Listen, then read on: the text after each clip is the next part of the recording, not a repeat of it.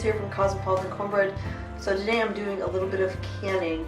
Earlier today I was out there in the garden doing some weeding and some mostly harvesting. I brought in all sorts of goodies today, from zucchini to tomatoes to peppers and of course some green beans.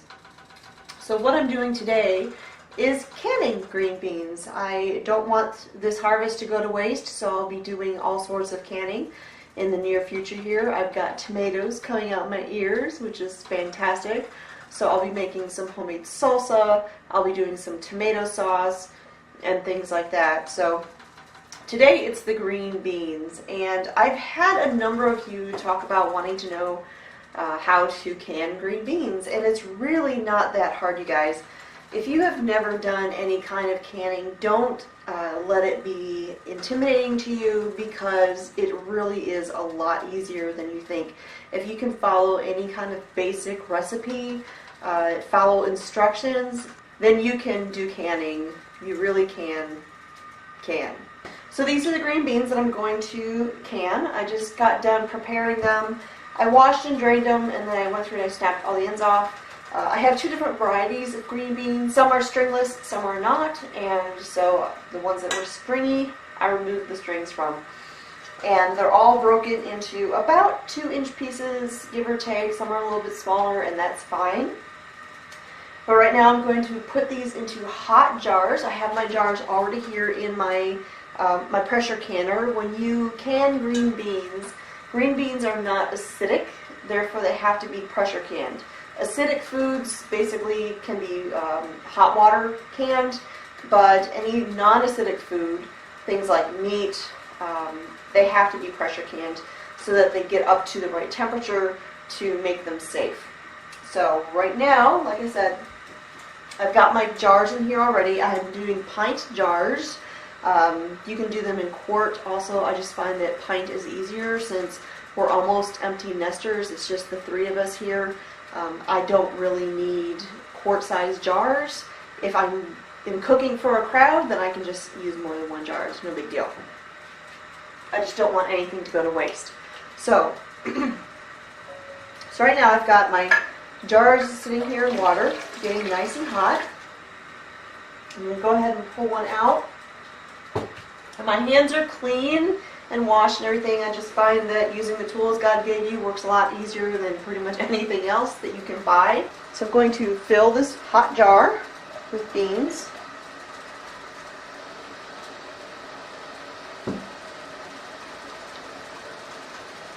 You want to kind of pack these beans down in there pretty tightly, because you don't want to have a bunch of air trapped inside, and you want to have about 1 inch head space. That means 1 inch between the top of the jar and the top of the food that's in that jar. Alright, so that one is ready. Now I'm going to sprinkle in 1/2 teaspoon of salt. If you were using quart jars, you would use a teaspoon. I use sea salt. And then I'm going to ladle in boiling hot water. That's the reason you want your jars to be hot.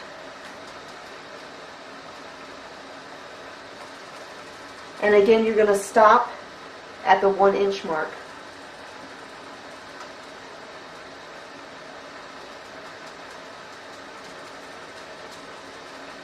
Just a little more.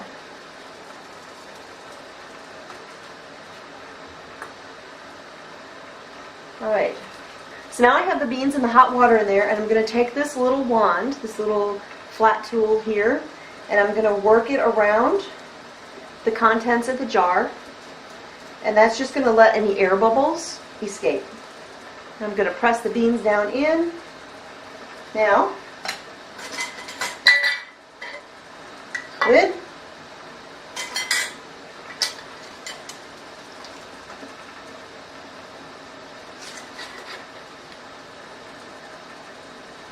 And it's going to go back into the canner.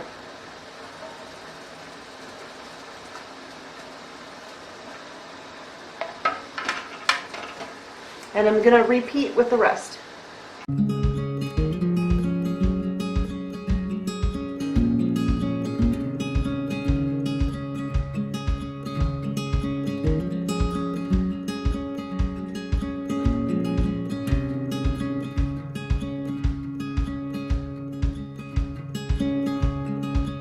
Alright, so here's one of the great things about having a garden.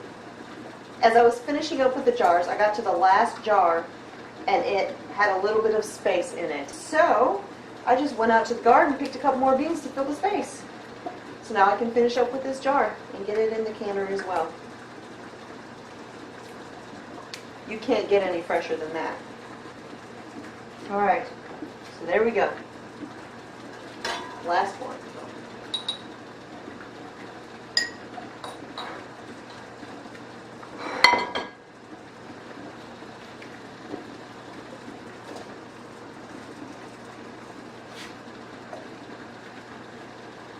Okay, so all of the jars are in here and they're about to get pressure canned. They're ready to go. Now you can't see it, but right down in there on the side there's a little bitty line, and that is the fill line. So when you're putting your jars in, you want to make sure that the water level doesn't go up above that line, because that's the max capacity for the water. It's a good idea just to start off with an inch or so of water, and then after you get your jars in place you can add hot water up to the line. And so these are ready to go. Right, so now that the jars are in place, I just turned my eye back on. You don't want this boiling when you put your pressure canner lid on, because it's going to build up pressure really, really fast and you're not going to be able to get it in position. So you don't want the water boiling. It can be hot, but you don't want it boiling yet. So I'm going to go ahead and put this on, and this locks into place, and it has the arrows on the top so you know which direction to put it in. I'm pushing down to compress the gasket, and I lined it up. Handles are lined up with each other. It's all in place.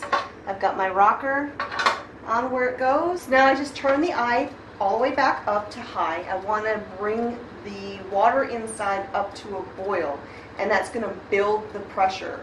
And as it gets hotter and the pressure builds, this little valve right here will pop up, and then you know the pressure is building. And at that point, I'm going to start watching my little gauge here, and when my little gauge gets up to 10 pounds, that's what green beans are canned at my elevation. If you live at high elevation, you're going to have a different pressure, so you need to look at your recipe, look at the instructions for what you are making. I'll put some information about green beans specifically in the information down below so that you can see that. So once it gets up to 10 pounds, I'll simply adjust this. I want to keep it above 10 pounds, but I don't want it to go way, way over. And so I'll just monitor it. This is the only hard part of pressure canning, and that's just monitoring and maybe making little adjustments to your stove eye. That's it, you guys. It's really not that hard. And as you can see, this is starting to spit steam up on top. This is going to pop up, and then the pressure is going to start building inside the canner.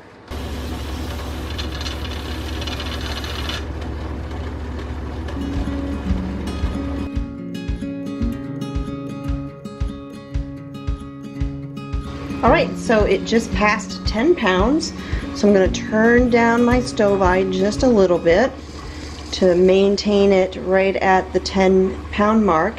Now that it has reached 10 pounds, now I can set my timer. The timer doesn't start until it reaches the pressure that it is supposed to be at. And at my elevation for pints, that is 20 minutes. Okay guys, so at this point the pressure canner has cooled down enough that the indicator has dropped back down inside, letting you know that the pressure is down. You can go ahead and open up your canner.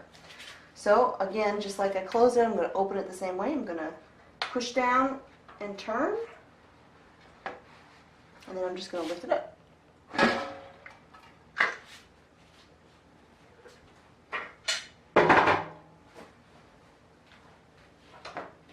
Alrighty, so now I'm just going to carefully remove each jar and place it over here on a towel out of the way. You don't want to jostle these around, you just want to be gentle. Now when you're pressure cooking and your cook time gets finished with your pressure cooker, you can go ahead and release the pressure to open up the pressure cooker sooner. But when you're doing canning, you don't want to do that. Because if you allow the pressure to drop down too quickly, your jars might not seal properly. So you just want to be patient, let it do its thing, let it cool down, let the pressure come down by itself.